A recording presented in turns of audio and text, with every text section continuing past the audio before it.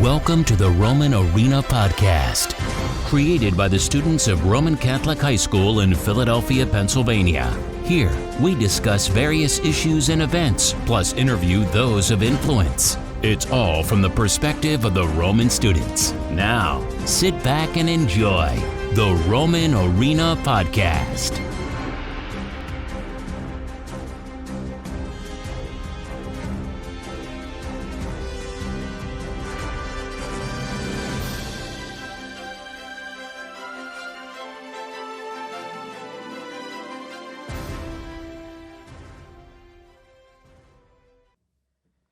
Good afternoon. Welcome to the Roman Arena Podcast. My name is Michael Gedraitis. My name is Jason Truong, and welcome to our podcast of Traveling Around the World. This is episode number 4, and today we'll be talking about our different experiences on planes at the different countries we traveled to, and anything else that we thought was important to talk about while at these countries. So to begin, Jason, I know we've known each other for a while, so give me some more of your ethnic background so we know some more details about what countries you traveled to. So I'm half Vietnamese, half Chinese, but I've mainly been to Vietnam for most of my life. I have traveled there for more times than I can count. And how about you? Where have you been? So I'm Lithuanian and Irish, even though I've never been to Ireland or never been to Lithuania. I do want to travel there, though. It's on my bucket list. It's what I want to do. So you mentioned that you've been to Vietnam a countless number of times. So, do you remember the first time you've ever traveled to, Vietnam? Well, don't remember it vividly myself, but my parents have told me in countless occasions that I was only a few months old and that I was very well behaved for being a newborn on a plane. That's pretty cool. So, when you travel to Vietnam, what is it like? Is it, do you have to take, multiple planes? Is it, long plane rides? I guess it's probably more than 10-hour plane rides to get there. What's it like? So preparing for it was always a pain, where it would always be taking out an entire week, getting all the supplies, bringing stuff for the family as gifts, or even some other things that we would find here but not there that they would need. But then when we start, we would have to wait outside of a store for it to be picked up by a special bus. That would take us all the way to JFK Airport in New York. And then from there, we would take a plane all the way to Taiwan, which is a 16-hour flight. Wow. Which does seem long, but if you watch 8 movies in a row, it's not that bad. And then from Taiwan, after a 2 to 3 hour layover, it will be another 2-hour flight to Vietnam. So you can't get a flight from Vietnam from the PHL airport. You have to go to New York to get your flight. Yes. And that's every single time you have to go fly to Vietnam, you have to go to New York. Every time so far. So we are planning on going this summer one more time. But this summer we're taking a different way. This summer we're going to be taking the Philadelphia International Airport to California, and from there to Taiwan to Vietnam. So this way we're going to try a new way that would be, from what my parents say from their friends, would be cheaper, and I wouldn't say faster, but would be cheaper and maybe more efficient. So on your plane ride, I know when I went to Europe over the summer, they gave us more like tea, coffee, and stuff like that. Is there any Asian influenced foods on the plane, or just American chicken food? Is it just chicken, or it's do they have any Asian fusion on the plane? So I know airports are pretty infamous for having their bad meals on the flight. So tell me about that. So usually they would give us about 2 to 3 meals depending on the time. It would always be a choice of a Americanized menu or an international menu, which would always be an Asian menu since we are flying to an Asian country. I would always choose the one with chicken, but both the foods are, unless you're in business or first class, it's very mediocre, and it's almost like eat to live food. Oh, okay. But what about your experiences when it comes to flight food? So when I went to Europe this summer, the flight food was actually not as bad as people think. They did have chicken, which was not bad, and they did have, I think on the way back from Germany, they did have pasta. But one good thing about taking an American flight or a flight on American Airlines, or in this case, we went to, I think it was the London Heathrow Airport, and usually they do the tea and crimpets or the tea and biscuits, and they were really good. Even though they were packaged biscuits, not freshly made, they exceeded my expectations. Yeah, it's always the desserts that always are the best thing of the meals when it comes to flights. I agree. Because it's always the chocolate piece of chocolate cake or even the mousse that are always the best. Yeah. And also too, like, I don't know what it is, but on the plane, like the soda or like the orange juice or anything you get always like hits a different way than if you had like a regular soda at home. I don't know if it's just like the ice they put in there, but it always tastes so much better on a plane in my experiences. I very much agree. It's always the time when you have like a soup or a drink that the plane hits turbulence, where the plane just shakes and That's starts true. spinning on your hand. That's what the experience. So in Vietnam, like how is it in Vietnam? So I never traveled to any Asian country before. So if you would give me like tips on how to travel there, like what's some things that I should look out for? What's some things that like I definitely have to do or definitely have to see in Vietnam? Let's see. Definitely the food scene, where in Vietnam there's not, even though fast food is very popular, there is a lot of localized based spots that would sell fresh fruit or even just like localized meal like pho or even bún bò that are must tries. But I would definitely recommend getting a tour guide. A 'Cause tour guide? They would be better because every time I went, my family members and my cousins were my tour guide. Oh, okay, that makes sense. So every time they would take me somewhere, they would show me landmarks or even just take me to mass. It's very nice, and even meeting some of their friends or even where they worked. Is like the mass like any different than it is in America? Do they have like different instruments or like a different way of like saying mass? Because I know earlier you told me that in Vietnam there is a big population of Christians there. So is there any like major difference that is at the mass if one would go? So the mass itself is not very different at all, but the setup of the churches is what I would consider different because it's almost a round so the altar would be in the center and then every seat would be around it. Where normally in a church all the seats will be straight forward. Mm-hmm. It's kind of like out in a semicircle in a way. Oh, so the altar is in the middle of the church instead of it being in the front where everybody's facing it. Everybody's kind of in like a big circle. So it would still be technically in the front of the church, but everybody's in like a semicircle all around it, and there'll also be around 7 to 8 altar servers. Oh, okay. So I know with every country there's things you definitely should do. Is like there anything that you definitely shouldn't do in Vietnam? Is there like things that you should look out for? Because when I went to Europe, I know that they had like many people try to scam you. So for example, they had people with like clipboards and like they would come up to you and try to sign your name and they would try to pickpocket you. So like, is there anything like that or anything different that like people should look out for if they travel to like in Vietnam? Well, I can't think of anything at the moment per se, but every single time I would do something could be considered embarrassing or don't disrespect your elders. Mm-hmm. But they would always tell me just to stop doing it, and I would just listen. I wouldn't really question why, because I'm not allowed to talk back, because even questioning them would be considered talking back to an elder or even my parents. Oh, okay. So that there's big culture differences between the two. Yes. Okay. And how does the jet lag treat you? Because I know on like a 16-hour flight, the jet lag is probably definitely there. Because like for me, even on a 6-hour flight, I was feeling it the next day. Like it was bad. How about you? So it wasn't as bad as I thought. Mainly, yeah. So it's weird. Where if I were to were to visit family in California or Texas, I would be affected more the jet lag more, because afterwards when I come back, I would be waking up around the same time I would in those other states. So say I were to travel to California, being they're 3 hours behind us. So if I were to wake up, I would wake up during their time for like the next month. But when it comes to Vietnam, it's almost opposite. It's opposite to us, where they're about 13 hours ahead of us. Oh, okay, that makes sense. So like when you go to California, like there's not a big difference, right? You said only 3 hours? Yes. Oh, okay. So when traveling to Europe, which countries have you been to? So when I went to Europe, we went to England, France, Belgium, and Germany. And in my opinion, I think France was like the best one out of all of them.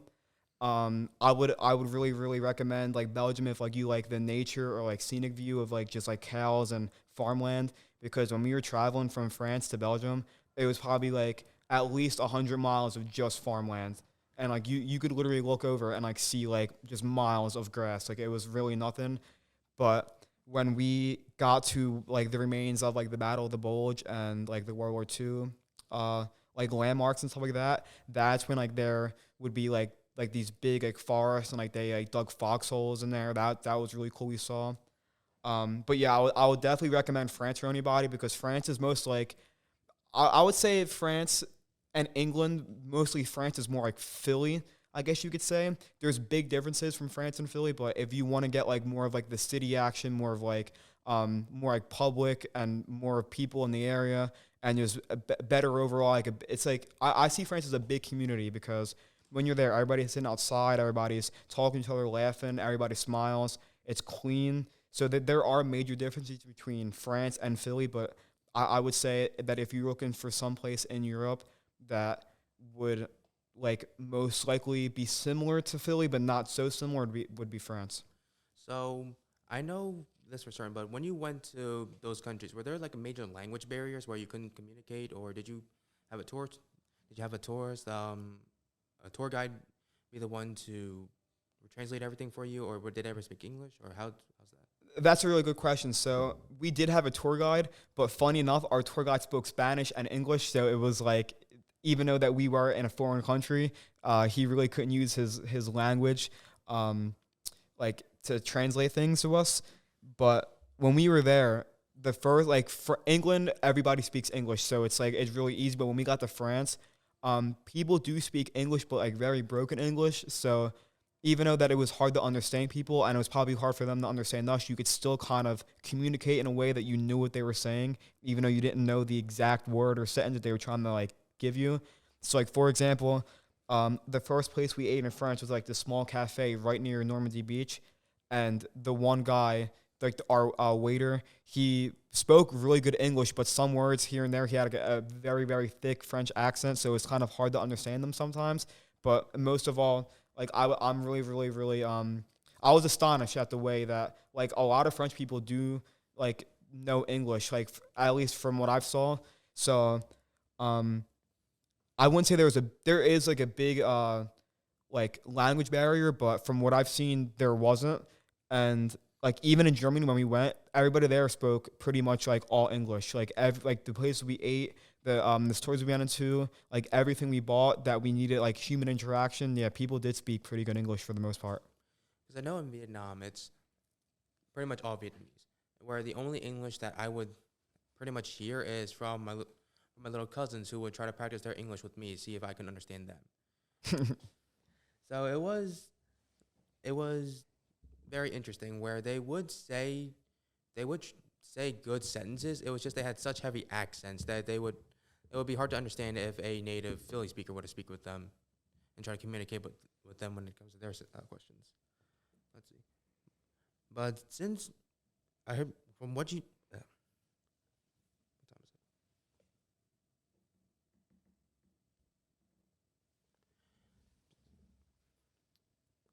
But from when you got back, I heard a lot from your trip.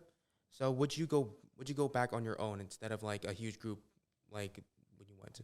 100%. I feel like anywhere you travel to with like a group or with a tour guide, there's like you see like the most like touristy things. So like you're like obligated to stay with your group. But when we went on the trip, even though we did have a lot of leeway, we could like walk around and explore the different areas. But 100% I would go back by myself because there were some things like when you go on a trip like that, you're set like at a time limit, so you can only like see like Big Ben and Buckingham Palace for like a certain amount of time. But if I went there by myself, I would 100% probably like it more, even though it was a lot of fun because like me, I like to take everything in. I like to look at things. I like to inspect things for a while and just like really get the feel of what it is. But when you're in a group, you kind of have to like not like rush in a way, but you're kind of like if you like to stay back and like look at things, the group's kind of like ahead of you. So I would say definitely yes, I would go back myself because like all the things that I didn't see, I would like to see, and all the things I did see, I would like to see again, but in more like of like and more like a more contextful way. So I would like to get the context of everything we saw because like our tour guide was Alec. He was really really really good. But some things like we were in the bus and we didn't see them, so we kind of just drove by them really really fast. And I would really like to go back and check all them out. So back to what you said when the first thing you ate when you come to a restaurant. So when it comes to the topic of food, like what was your favorite thing to eat? My favorite thing, like when I ate in Europe, was probably in France. We were right across from the Eiffel Tower, and we went to this like little cafe. And I'd never had truffle in my life, and I like to cook and stuff, so I usually like to try new things. But one thing I'd never had before was truffle, and I don't know what they put in this pasta, but this pasta was so good, and they gave you so much, and it wasn't that expensive that it was like it really really really blew my expectations away. Like I don't think I've ever had pasta as good as I had it in France, right at that little cafe. And you said it had truffle in it. That wasn't, but it was cheap though. So how? I don't think like it wasn't like usually when you like they give you truffle, you could see like I know I watch a lot of YouTube videos on like truffle and stuff. They give you like slices of it, so it's the whole truffle, and you can it kind of looks like a wafer in a little way, or like a little chip. But like I think they got the chips and they diced it, so it was like in really small pieces, so it made it cheaper. Um, and there's different kinds of truffle too. So like the ones that are really expensive, like they're really rare, and it takes like a lot to like forage them and get them and like, clean them and stuff like that. But I think the ones that they probably sell are the ones that are more common. So they're probably a lot cheaper than they were if you were like would get one from like Madagascar or something like of like a really really really rare country. Yeah, because I wouldn't be able to forget my first time I had an authentic bowl of pho in Vietnam. It was great. It was in it was in a small place. It was well known by my family. I wasn't sure whether it was like a famous place, but it was just well known by my family. We went there and ate, and I couldn't forget it. Where I would try to compare it with every single place here, and although some were good, almost as good, I wouldn't think of anything that would be better than that bowl of pho that I had. So like if anybody doesn't know what pho is, like what makes pho? 'Cause I know like a lot of like restaurants and a lot of people they make pho in like their own way. But like to you, like what makes pho? Like what's like the most like traditional way that someone would make it? Like is it the broth or is it the type of noodles that they use or like give me some more context of what pho is? So what pho is? It's a rice noodle beef dish, a beef soup dish. Where I would say what mainly makes pho is the broth, which in my way is my favorite part, even though I don't drink much of it. And then people would add other things to it, like whole beef ribs or uh, like rare steak or even tendon balls. I think that's what they're called. But it's mainly the broth that makes it different and what makes it unique. So like do you know what kind of broth it is? Is it like chicken broth? Is it bone broth? Is it beef broth? Or just like a homemade kind of like their own traditional broth that they use for pho? So everybody has. So there are different kinds of pho, being chicken and beef. Mm-hmm. But beef is more traditional, and it's, from my respect, it's simmered be, beef bones, if I remember correctly. And they would simmer that for a while, and then package each of them and freeze dry them. Mm-hmm. Then when they need it, they would just thaw the container and just pour it into like a huge pot and just start heating up the broth, and then just starting to pour it over. That sounds really good actually. So on the topic, now since we know our favorite foods, how about the worst food that we tried? I wouldn't say there's like, do you mean like in general or like at Europe? Well, on our trips. So I don't know like the worst food I've tried. I would say the least like every food I tried on like the trips I went on in Europe were really good.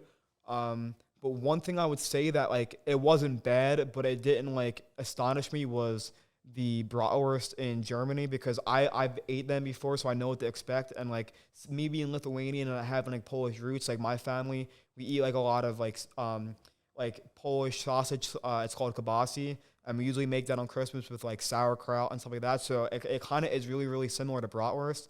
So I know like what it tastes like. So that really didn't like succeed like my expectations really. But how about you? Is there like any food that you were like did not like at all? So what I wouldn't like is basically stews, where there was one specific stew where my parents, in a way, almost forced me to eat because they wanted me to try everything. Mm-hmm. Was a pork intestine stew that was made in our home, but I remember because it like when preparing it had a distinct like smell to it Mm-hmm. that wasn't very pleasant because it was pork intestines that were almost fresh. So and then they would cook it up, and then when they presented me the bowl, it didn't look appealing to me, so I didn't want to try it to begin with. So I feel like I ate that with the wrong mindset, where I already didn't like it to begin with, which may have influenced how I tasted it and how I perceived it. So I would want to try it again, but not for a very long time. So do you think that if you didn't know what was in the dish, like that you would like it a lot more? Because I know, like, for me personally, like, if I don't know what's in a dish and it looks good, I'll eat it and it'll probably taste good. So do you think if you didn't know it was intestines that you would still, like, have a different conclusion on how you would like it or not? Yes, because there have been many times where I've been surprised, or my parents served me this, like, oh, hey, look, this is a pig's heart, or this is a goat's heart, and I would think it tastes really good. It's like, think it was just like a normal other piece of protein, but it would surprise me, and I would end up liking it.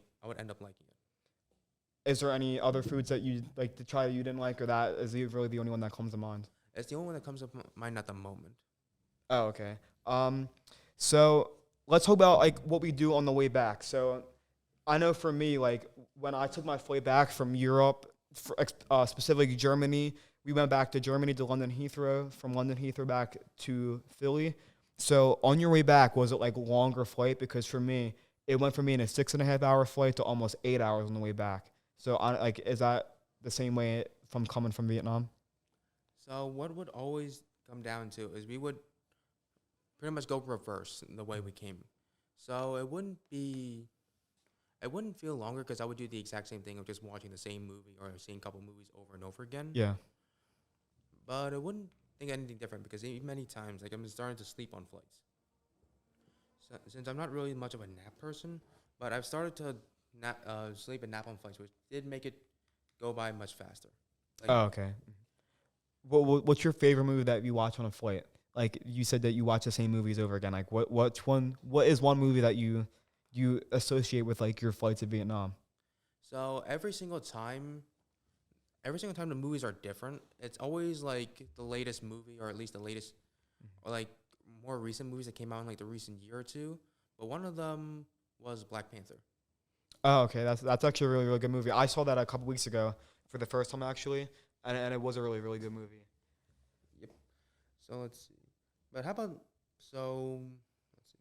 experiences on a plane? Like, have you ever since you've only been on a plane for a couple times? Like, have you ever experienced like the screaming baby, or like somebody kicking your chair behind you? So not me personally. I never had people kick my chair, but one does come out to mind. So it was me, Brendan Hewitt, who is our friend that goes to Roman, and Harrison Gillen, who goes to Roman also. We were sitting in a row together, and this was the flight to London. Like our first, like this was like we were like really excited and stuff like that. And like when you have like a 6-hour flight, all the lights, they turn off the lights so you could sleep. So like it was like really dark. You couldn't see besides like the little tiny lights that they had on the floor. So all of a sudden, like we were like tired, we were kind of falling asleep. All you heard was somebody yell, and like they like started to break out in a fight, and not like a fist fight or anything like really like serious, but they started to yell at each other. So what happened was for like the past 20 minutes, this lady was kicking the guy's chair in front of him. And it took a while. Like the flight attendants had to come. They had to like solve the problem. It was, to be honest, it was really funny because like the guy out of nowhere just started yelling. But also one other thing that I witnessed on the plane coming back from Germany, we were going to London Heathrow, and it was probably like a 2-hour flight, hour and a half flight, and we were about to land, and we were like the last seats like in the row. So it was like everybody from Roman was in like the last, like the back of the plane. And Chris Kleinkert, who graduated last year, he was sitting behind me. And when we landed, we bounced like really, really like hard. Like the way the pilot landed the plane, it like made us go up and down like really fast. And all you heard was, I think the plane landed. After that happened, like that was probably the most funniest thing that happened to me on the plane, was everybody started laughing because it was so like dead quiet. Everybody was so scared. But that was probably one of the best and worst experiences of mine that happened on the plane. How about you? So I have had my fair share of screaming babies on screaming or crying babies on a plane, but they would go on. But since it was like a 16-hour flight, they would stop around like 2 hours in. And then when it comes to kicking the chair, I felt bad because I was a kid, because I would be the one kicking the chair for like one or two of the occasions. Because never had somebody kick it like my chair, but. Let's see. How about like other things that people would do on a plane? Like, Have you ever had an instance where the plane just landed, everybody started clapping? Oh, me personally, I always clap when the plane lands, even though if nobody else does. I don't know if it's just like a part of me, but I always clap because like the pilot deserves to be applauded. I mean, like driving a plane or flying a plane is not like driving a car. You have to go through schooling and stuff, and it takes years to like master flying a plane. So I feel like every time the plane lands, you should applaud the pilot, and I'm always the one that applauds the pilot, no matter what flight I'm on, no matter how long it is. I always clap for the pilot. Like on occasion, like do people join in? Yeah, all the time. I remember when I went to Universal. Actually, it was like I was probably like around like 10 years old. That was when like I wasn't the one that clapped, but like probably a whole section of people did clap on the plane, which was really funny. Yeah, because I remember like one time, like how you said when you had like a rough landing where everybody jumped. I also had one that I would also never forget. It was a very rough landing where I'd say if I didn't have my seatbelt on, I would definitely hit the roof of the plane. Really? Mainly because I was light and I was a kid, and then right afterwards, everybody started clapping. Really? And I just started clapping along, being so confused. Let's see. What time are we at? We are at 25 minutes. Okay. Want to start wrapping up or want to go a little bit further?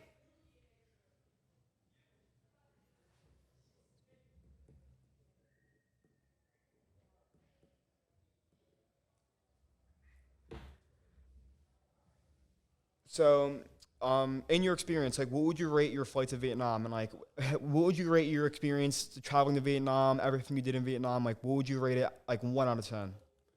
It's definitely a 10. 10? Spending time with family, getting rich in my culture, seeing new places. I would definitely say it's a 10 in my book. How about you?